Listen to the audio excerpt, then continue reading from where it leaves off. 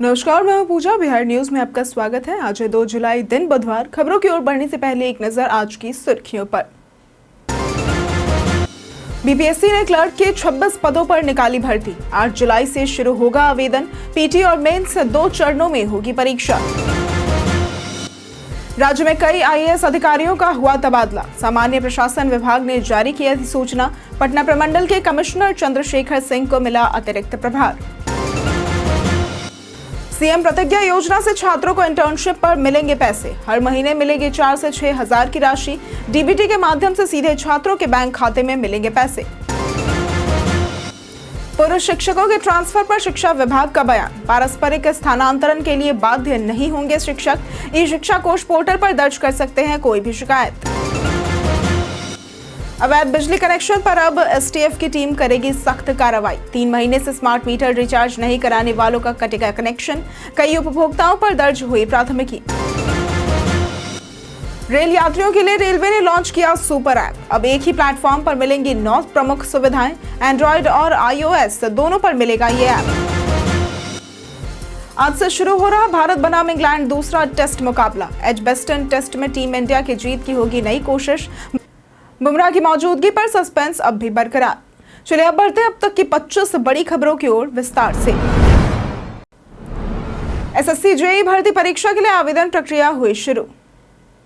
कर्मचारी चयन आयोग यानी कि एसएससी ने जूनियर इंजीनियर यानी कि सिविल, मैकेनिकल और इलेक्ट्रिकल परीक्षा 2025 के लिए आवेदन प्रक्रिया शुरू कर दी है। इच्छुक और पात्र अभ्यर्थी 21 जुलाई 2025 तक एसएससी की आधिकारिक वेबसाइट ssc.gov.in के माध्यम से आवेदन कर सकते हैं। आवेदन की शुरुआत 30 जून से हुई है, जबकि फीस जमा करने की अंतिम तिथि 22 जुलाई है। फॉर्म में करेक्शन 1 से 2 अगस्त को किया जा सकता है। कंप्यूटर बेस्ड परीक्षा यानी कि पेपर 1 27 से 31 अक्टूबर 2025 के बीच आयोजित होगी और पेपर 2 जनवरी या फरवरी 2026 में होगी। आवेदन से पहले वन टाइम रजिस्ट्रेशन अनिवार्य है। जो पहले से ओटीआर कर चुके हैं वो सीधे फॉर्म भर सकते हैं। राज्य में कई आईएएस अधिकारियों का हुआ तबादला। नीतीश सरकार ने कई वरिष्ठ आईएएस अधिकारियों का तबादला किया है। सामान्य प्रशासन विभाग ने इसकी अधिसूचना जारी की। पथ निर्माण विभाग के एसीएस मिहिर कुमार सिंह से यह विभाग हटाकर उन्हें उद्योग विभाग का एसीएस और परिवहन विभाग का अतिरिक्त प्रभार सौंपा गया है। पटना प्रमंडल के कमिश्नर चंद्रशेखर सिंह को आपदा प्रबंधन विभाग का अतिरिक्त प्रभार दिया गया है। बी कार्तिकेय धनजी को पथ निर्माण विभाग से हटाकर गन्ना उद्योग विभाग का सचिव बनाया गया है। वे सामान्य प्रशासन विभाग में जांच आयुक्त का अतिरिक्त कार्य भी देखेंगे। ग्रामीण विकास विभाग के सचिव लोकेश कुमार सिंह को स्वास्थ्य विभाग का अतिरिक्त प्रभार मिला है। संदीप कुमार आर को पथ निर्माण विभाग का सचिव नियुक्त किया गया है। सीएम प्रतिज्ञा योजना से छात्रों को इंटर्नशिप पर मिलेंगे पैसे। बिहार सरकार ने चुनावी साल में युवाओं के लिए मुख्यमंत्री प्रतिज्ञा योजना की शुरुआत की है। इसके तहत इंटर यानी कि 12वीं, आईटीआई और ग्रेजुएशन पास छात्र छात्राओं को इंटर्नशिप के लिए हर महीने 4000 से 6000 तक की राशि मिलेगी। बाहर इंटर्नशिप करने पर रहने खाने के लिए अतिरिक्त 2000 और 5000 राज्य से बाहर दिए जाएंगे। ये सहायता 3 महीने से 1 साल तक के लिए मिलेगी। राशि डीबीटी के माध्यम से सीधे बैंक खाते में भेजी जाएगी। योजना की निगरानी के लिए विकास आयुक्त की अध्यक्षता में समिति बनेगी। 2025 से 26 में 5000 युवाओं का चयन होगा और 5 साल में 1 लाख अभ्यर्थियों को योजना से जोड़ा जाएगा। उम्र सीमा इसके लिए 18 से 28 साल है। बिहार विधानसभा में बनेगा डिजिटल संग्रहालय।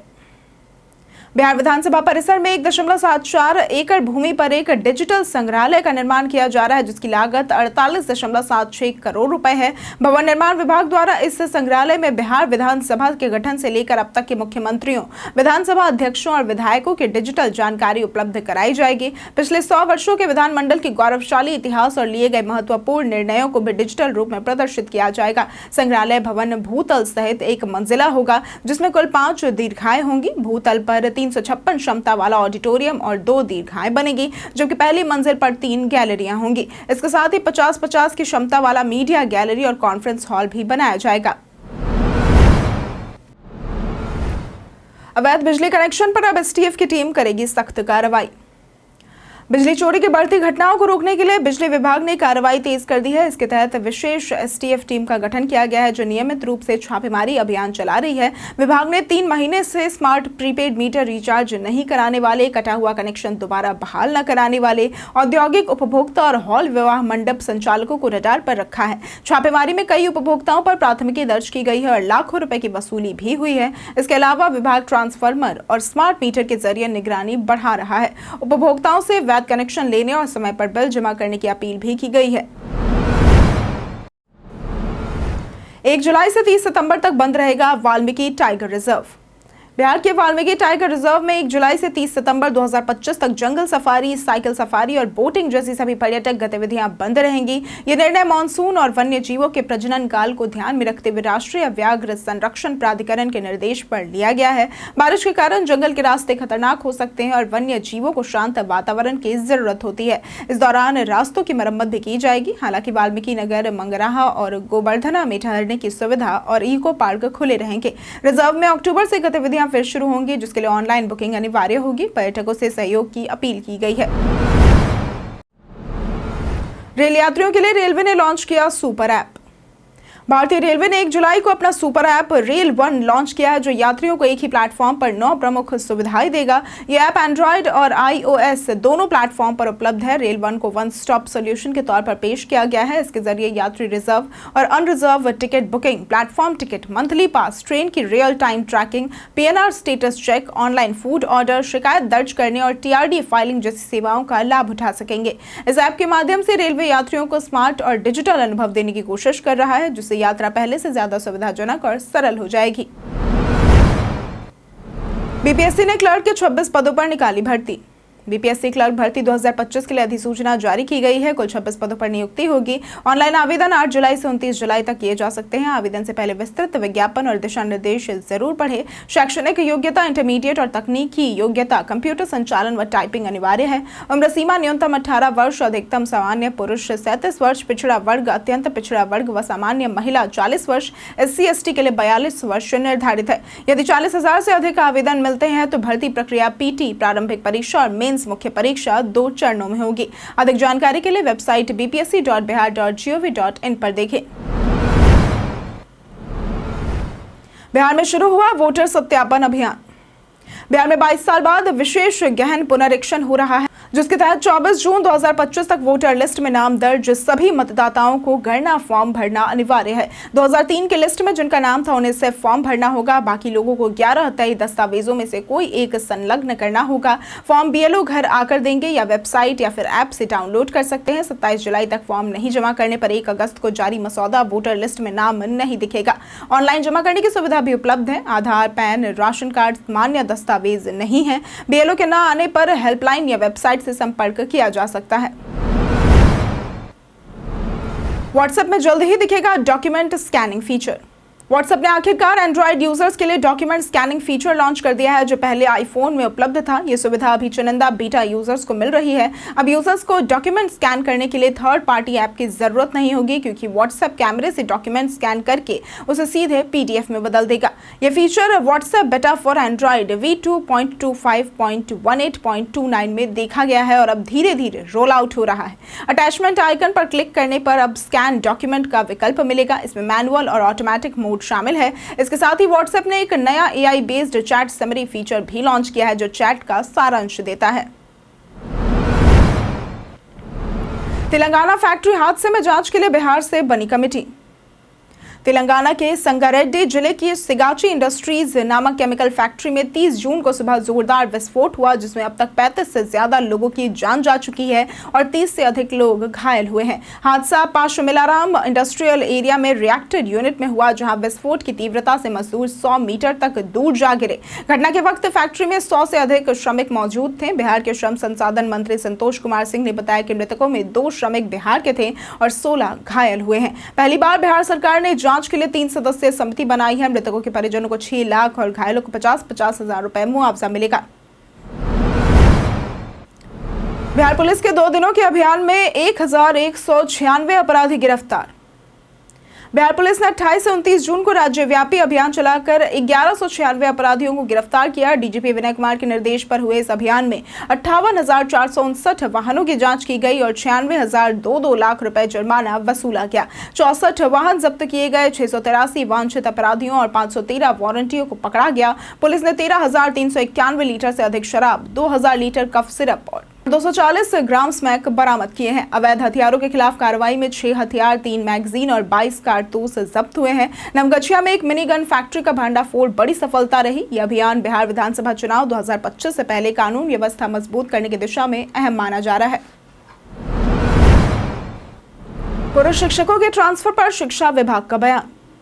बिहार में शिक्षकों के स्थानांतरण की समस्या अब भी बनी हुई है। शिक्षा विभाग ने स्पष्ट किया है कि पारस्परिक स्थानांतरण केवल एक विकल्प है, इसके लिए शिक्षक बाध्य नहीं है। किसी भी समस्या के लिए शिक्षक ई शिक्षा कोष पोर्टल पर शिकायत दर्ज कर सकते हैं, जिसे जिला स्तरीय समिति देखेगी। विभाग ने कहा कि स्थानांतरण प्रक्रिया शिक्षकों की सुविधा को ध्यान में रखते हुए की गई है। कुल 1.9 लाख ऑनलाइन आवेदन 7 श्रेणियों में प्राप्त हुए हैं। 7वीं श्रेणी के तहत शिक्षिकाओं को अंतर जिला स्थान मिला है, लेकिन पुरुष शिक्षकों का स्थानांतरण अभी नहीं हुआ है।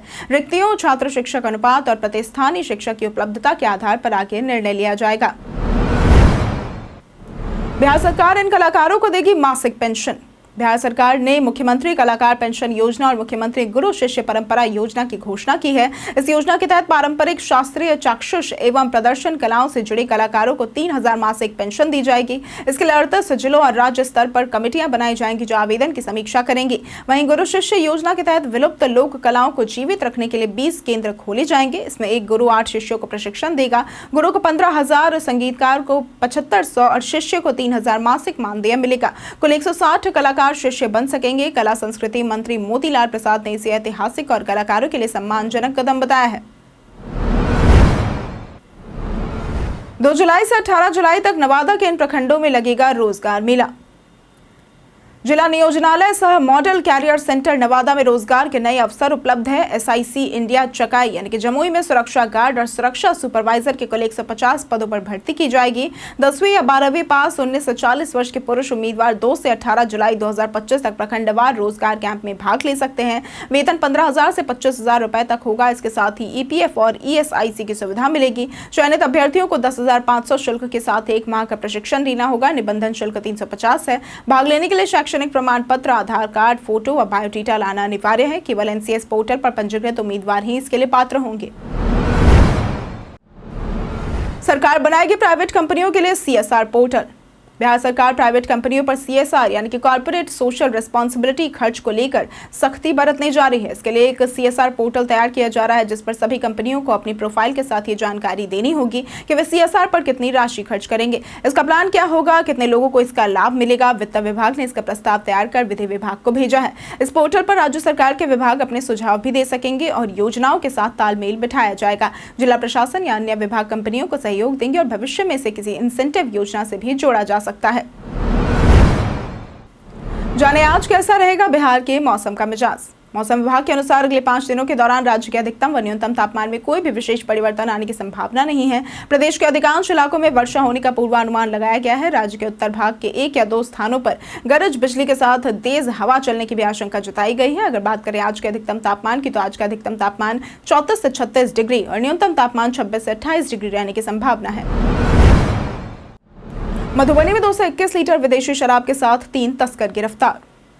बिहार में लागू पूर्ण शराबबंदी के बावजूद शराब की तस्करी थम नहीं रही है। ताजा मामला मधुबनी से सामने आया है, जहां पुलिस ने एक यात्री बस और नींबू लदे ट्रक से भारी मात्रा में विदेशी शराब बरामद किया है। मधुबनी के SP योगेंद्र कुमार के अनुसार गुप्त सूचना के आधार पर NH 27 पर कार्रवाई की गई। दिल्ली से लौकहा जा रही बस की तलाशी में सीट के नीचे से 221 लीटर विदेशी शराब मिली और 3 तस्कर गिरफ्तार हुए। वहीं असम से मुजफ्फरपुर जा रहे ट्रक से 197 कार्टन शराब बरामद की गई और 2 तस्कर गिरफ्तार हुए। दोनों वाहन जब्त कर लिए गए हैं और पुलिस आगे की जांच में जुटी हुई है।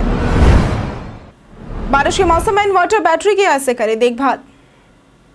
मानसून के दौरान इन्वर्टर और बैटरी की देखभाल बेहद जरूरी होती है, वरना कई तरह की दिक्कतें आ सकती हैं। सबसे पहले इन्हें वाटरप्रूफ कवर से ढककर सूखे स्थान पर रखें और ये सुनिश्चित करें कि बैटरी के आसपास उचित वेंटिलेशन हो। बैटरी के इलेक्ट्रोलाइट लेवल की नियमित जांच जरूरी है, क्योंकि ये सीधे परफॉर्मेंस को प्रभावित करता है। बैटरी को ज्यादा देर चार्ज पर या पूरी तरह से डिस्चार्ज न होने दे। बारिश के मौसम में इन्वर्टर का कम से कम इस्तेमाल करने की सलाह दी जाती है, क्योंकि इस दौरान बैटरी के ओवर डिस्चार्ज होने का खतरा बढ़ जाता है, जिससे बैटरी खराब हो सकती है। थोड़ी सी सावधानी से बारिश में भी इन्वर्टर सुरक्षित और बेहतर काम करता है। तेजस्वी ने चुनाव आयोग पर मतदाता पुनरीक्षण को लेकर उठाए सवाल। मंगलवार को आरजेडी और कांग्रेस ने प्रेस कॉन्फ्रेंस कर मतदाता पुनरीक्षण प्रक्रिया पर चुनाव आयोग की नियत और कार्यप्रणाली पर सवाल उठाए हैं। नेता प्रतिपक्ष तेजस्वी यादव ने कहा कि 26 जुलाई तक वोटर वेरिफिकेशन पूरा होना है, लेकिन 99% लोगों के यहाँ प्रक्रिया शुरू ही नहीं हुई है। उन्होंने आयोग पर राजनीतिक दलों से मिलीभगत का आरोप लगाया और 11 दस्तावेजों की मांग को अव्यवहारिक बताया है। तेजस्वी ने पूछा कि बिहार के कितने लोगों के पास ये दस्तावेज मौजूद है। उन्होंने इसे गरीबों, दलितों, पिछड़ों और प्रवासी मजदूरों के नाम वोटर लिस्ट से हटाने की साजिश बताया है। इसके साथ ही आयोग की चुप्पी और जवाब न देने की प्रवृत्ति पर भी तीखा प्रहार किया है। जेडीयू दफ्तर पर नीतीश संग मोदी के लगे पोस्टर। बिहार विधानसभा चुनाव 2025 से पहले पटना में जदयू कार्यालय पर पीएम नरेंद्र मोदी और सीएम नीतीश कुमार के साझा पोस्टर लगाए गए हैं, जिनमें एनडीए सरकार की उपलब्धियां और फिर से सरकार बनाने की अपील की गई है। ये पहली बार है जब जेडीयू दफ्तर में औपचारिक रूप से दोनों नेताओं के साथ पोस्टर लगे हैं। पोस्टर में फिर से एनडीए सरकार, खुशहाल बिहार जैसे नारे दिए गए हैं। इससे जेडीयू बीजेपी एकजुटता का संदेश देने की कोशिश हुई है। हालांकि चुनाव के बाद मुख्यमंत्री चेहरे को लेकर भाजपा नेताओं के बयान पार्टी के भीतर असमंजस का संकेत भी देते हैं। चुनाव अक्टूबर से नवंबर में होने हैं और नीतीश को एनडीए का सीएम चेहरा बताया गया है। तेज प्रताप का बयान, कहा पिता से नहीं है कोई भी नाराजगी। तेज प्रताप यादव ने आरजेडी और लालू परिवार से निकाले जाने के बाद एक इंटरव्यू में कहा कि उन्हें अपने पिता लालू यादव से कोई भी नाराजगी नहीं है। उन्होंने कहा कि लालू उनके पिता है और जो भी आदेश देंगे वो सिर्फ आंखों पर होगा। अनुष्का यादव से रिश्ते की खबरों के बाद विवाद बढ़ा, लेकिन तेज प्रताप ने इसे लेकर कुछ भी दिखावा करने से इनकार किया। उन्होंने कहा कि संघर्ष का दौर चल रहा है, लेकिन अन्याय करने वालों को सबक जरूर मिलेगा। उन्होंने मुख्यमंत्री बनने की किसी भी इच्छा से इनकार करते हुए कहा कि अगर लोभ होता तो वे तेजस्वी को सीएम बनाने की अपील नहीं करते। फिलहाल वे पटना में सरकारी आवास में रह रहे हैं। राजनाथ सिंह आज करेंगे भाजपा कार्य समिति का उद्घाटन। बुधवार यानी आज पटना के ज्ञान भवन में भाजपा की प्रदेश कार्य समिति की बैठक होगी, जिसकी अध्यक्षता डॉक्टर दिलीप जायसवाल करेंगे और उद्घाटन रक्षा मंत्री राजनाथ सिंह करेंगे। ये दिलीप जायसवाल की अध्यक्षता में पहली बैठक होगी जो बिना नई कार्य समिति की घोषणा के बुलाई गई है, इसलिए पुरानी कार्य समिति के आधार पर ही आयोजित होगी। बैठक में विधानसभा चुनाव को लेकर राजनीतिक प्रस्ताव और केंद्र सरकार की उपलब्धियों पर चर्चा संभावित है। कार्य समिति की घोषणा में देरी का कारण पार्टी नेताओं की पसंद नापसंद और तगड़ी दावेदारी रही है। अभी तक प्रवक्ता, मीडिया प्रभारी और अन्य प्रमुख पदों की घोषणा नहीं हो पाई है। सामाजिक समीकरण साधने और संगठन में असंतोष न होने देने का दबाव बना हुआ है। आज से शुरू हो रहा भारत बनाम इंग्लैंड दूसरा टेस्ट मुकाबला। भारत और इंग्लैंड के बीच 5 मैचों की टेस्ट सीरीज का दूसरा टेस्ट 2 जुलाई यानी कि आज दोपहर 3:30 बजे से बर्मिंघम के एजबेस्टन मैदान में खेला जाएगा, जहां भारत ने अब तक कोई भी टेस्ट नहीं जीता है। लीड्स टेस्ट में मजबूत स्थिति के बावजूद हार झेलने के बाद टीम इंडिया पर दबाव होगा। जसप्रीत बुमराह के फिटनेस को लेकर संशय बना हुआ है। ऐसे में संभावित प्लेइंग 11 में यशस्वी जायसवाल, केएल राहुल, साई सुदर्शन, शुभमन गिल, करुण नायर, ऋषभ पंत, रविंद्र जडेजा, नीतीश कुमार रेड्डी, वॉशिंगटन सुंदर, मोहम्मद सिराज और प्रसिद्ध कृष्णा शामिल हो सकते हैं। एजबेस्टन के पिच शुरुआत में तेज गेंदबाजों को मदद देती है, जबकि बाद के दिनों में स्पिनर असरदार हो सकते हैं। आंकड़े फिलहाल इंग्लैंड के पक्ष में हैं। कई कारणों से दर्ज है भारत के इतिहास में आज की तारीख। आज के दिन 1916 में भारतीय भूवैज्ञानिक सर्वेक्षण विभाग की स्थापना हुई। आज के दिन 1940 में भारतीय स्वतंत्रता नेता सुभाष चंद्र बोस को कोलकाता में गिरफ्तार कर लिया गया था। आज के दिन 1958 में भारतीय अभिनेता पवन मल्होत्रा का जन्म हुआ था। आज के दिन 1968 में भारतीय अभिनेत्री गौतमी का जन्म हुआ था। आज के दिन 1972 में भारतीय प्रधानमंत्री इंदिरा गांधी और पाकिस्तान के प्रधानमंत्री जुल्फिकार अली भुट्टो के बीच शिमला संधि पर हस्ताक्षर किए गए थे। आज के दिन 1925 में स्वामी राम का जन्म हुआ था, जो भारतीय योगाचार्य थे। हम प्रतिदिन आपसे 5 ऐसे जरूरी सवाल और उसके जवाब बताएंगे जो कि बीपीएससी, बिहार पुलिस, दारोगा समेत एसएससी जैसी अन्य प्रतियोगी परीक्षाओं में काम आएंगे। सवाल इतिहास, बिहार स्पेशल, विज्ञान, करंट अफेयर्स और भूगोल से रहेंगे। पूछे गए 5 सवालों में आपने कितना सही उत्तर दिया ये हमें कमेंट करके जरूर बताएं। हमारा पहला सवाल है, किस राजवंश के शासनकाल में बौद्ध धर्म चीन में प्रवेश किया था? ए झोउ राजवंश, बी तांग राजवंश, सी हान राजवंश और डी सुई राजवंश। इसका सही जवाब है सी हान राजवंश। हमारा दूसरा सवाल है, बिहार सरकार ने गरीबी कम करने के लिए कौन सी योजना शुरू की थी? ए उज्ज्वला योजना, बी मनरेगा योजना, सी वजीफा योजना या फिर डी जीविका योजना। इसका सही जवाब है डी जीविका योजना। हमारा तीसरा सवाल है, बिहार का सबसे अधिक आबादी वाला जिला कौन सा है? ए शिवहर, बी गया, सी पटना या फिर डी भागलपुर। इसका सही जवाब है सी पटना।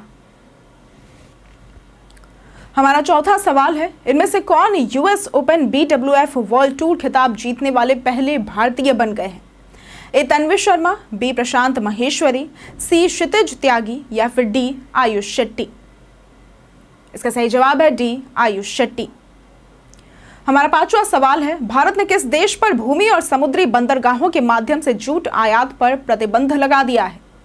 ए बांग्लादेश, बी चीन, सी अमेरिका या फिर डी पाकिस्तान। इसका सही जवाब है ए बांग्लादेश। बीते दिन हमारे द्वारा पूछे गए सवाल का जवाब आप लोगों में से बहुत लोगों ने हमारे कमेंट सेक्शन में लिख कर दिया है। जिन्होंने हमारे द्वारा पूछे गए सवाल का जवाब दिया है उनके नाम है पप्पू कुमार, मनोज दास, कृष्णा प्रसाद, राजीव कुमार, विजय घायल, रेखा गुप्ता, रंजीत मिश्रा, राहुल राज, अरुण सिंह, नरेंद्र कुमार, प्रदीप पंडित, अमितेश कुमार, राजकिशोर, रवि कुमार, मुरली पासवान, देव कुमार, बबलू कुमार, रिंकू देवी, सीता कुमारी, प्रतिज्ञा कुमारी, अमरजीत यादव और कुंदन कुमार। इसके साथ बढ़ते हैं आज के सवाल की ओर। आज का सवाल है, क्या जल संकट समाज के लिए बड़ा खतरा बन चुका है? आप अपना जवाब हमें हमारे कमेंट सेक्शन में लिखकर जरूर बताएं। आज के लिए सिर्फ इतना ही। बिहार के तमाम खबरों के साथ बने रहने के लिए देखते रहे बिहारी न्यूज। और साथ ही अगर आप यूट्यूब चैनल पर देख रहे हैं तो चैनल को सब्सक्राइब करें, और अगर आप फेसबुक पेज पर देख रहे हैं तो लाइक और फॉलो जरूर करें।